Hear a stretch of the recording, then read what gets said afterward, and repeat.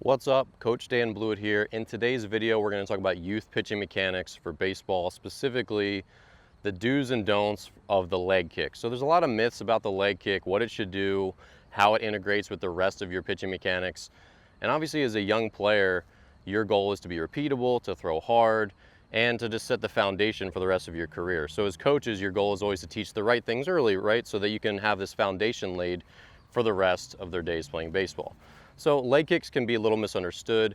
So when we start talking about youth pitching mechanics specifically, we have to know some of the general do's and don'ts. All right, so stick around. In this video today, we're going to cover the leg kick, all the ins and outs.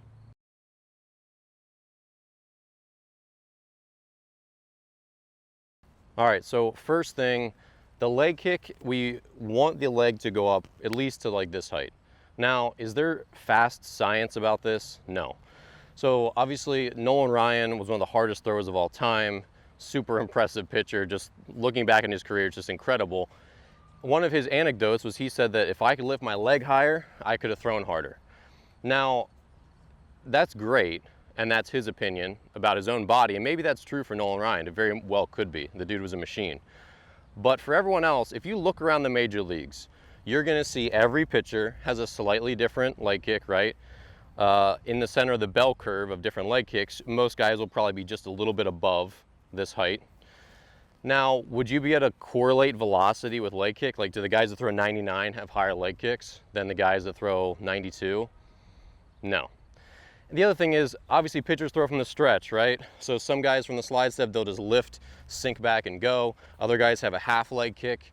And at college and beyond, players throw pretty much the same velocity from the slide step as they do from the leg kick. So if it was really that important, then guys would be losing a good amount of velocity throwing from the slide step compared to the leg kick, because obviously there's either going from no leg kick at all or a half leg kick compared to the full leg kick. But we just really don't see that either. Me in my career, I threw just as hard from the stretch with a half leg kick as I did from a full leg kick.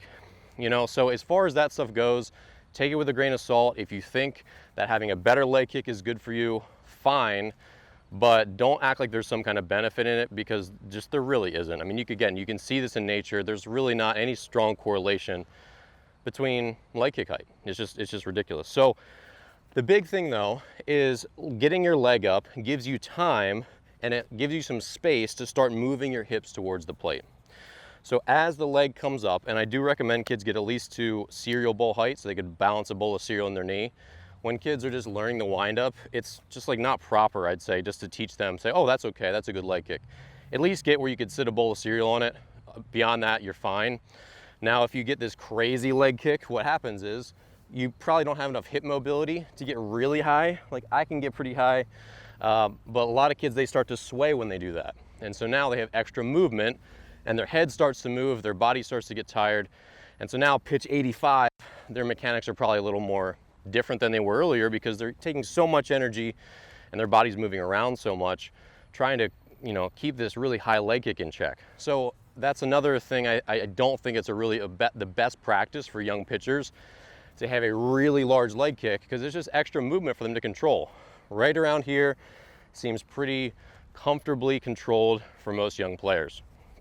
So once we get up, as soon as the leg starts coming up, the hips start to move towards the plate a little bit.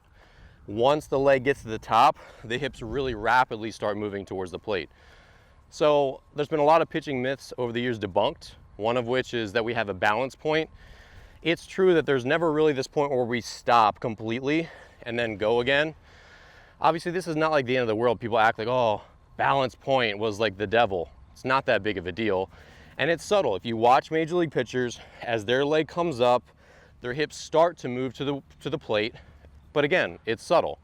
So sure, you're never completely stopped. And of course, we're also not doing today like these really dynamic windups like, Tom Seaver, Sandy Koufax, all the old style pitchers. We're not really doing it that way either.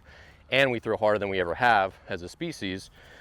So the thing to remember about the leg kick is it initiates not only motion upwards, but as the leg kick starts to go, the hips will start to move towards the plate subtly.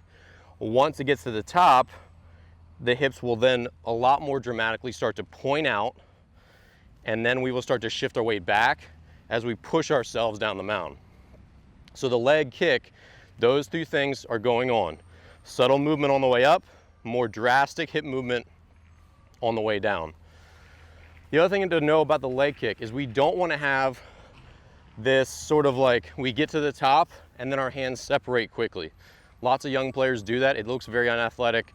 It gets them way out of whack and way out of timing, because then basically they're ready to throw chest-wise and arm-wise. And if you don't know what I mean by that, check out my other video on my channel about arm timing.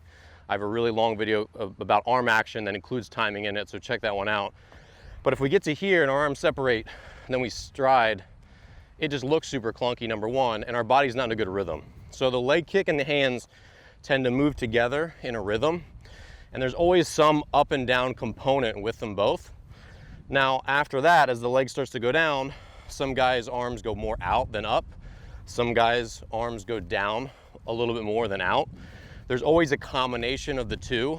And some big league pitchers, you'll see as they go, they're pretty much more out. But they're always in more of a synchronicity with their lower half, rather than this thing that young kids do, which is they start to separate their hands before they get to the top. So the hands are going to stay together until we get to the top of our leg kick for sure. And then as we start to descend with our leg, that's when the hands are going to separate in whichever way they go. And again, where your hands go is going to be kind of dependent on you and your body. So it's going to be individual. After that, there's two other things to note. There's a couple styles of the way pitchers go down the mound. One is they sort of like heel hook and they ride their heel out like this. So as their leg comes up, they'll tend to extend like this, and then they'll fly out like that. Perfectly fine. I think that's a really good way to do it. Others, and this was how I was as a pitcher, tend to be more stabbers. So as they come up, their ankle starts to jut out a little bit more and leads them down the mound that way. So some guys kind of like to go down and sweep. Other guys like to come up and jut a little bit more. And again, I encourage you to jump on YouTube, look at some different pitchers, and you'll see different leg kicks like this. You'll see some guys, you know, your favorite MLB star might be a stabber. Your other favorite MLB star might be a leg sweeper. It doesn't really matter.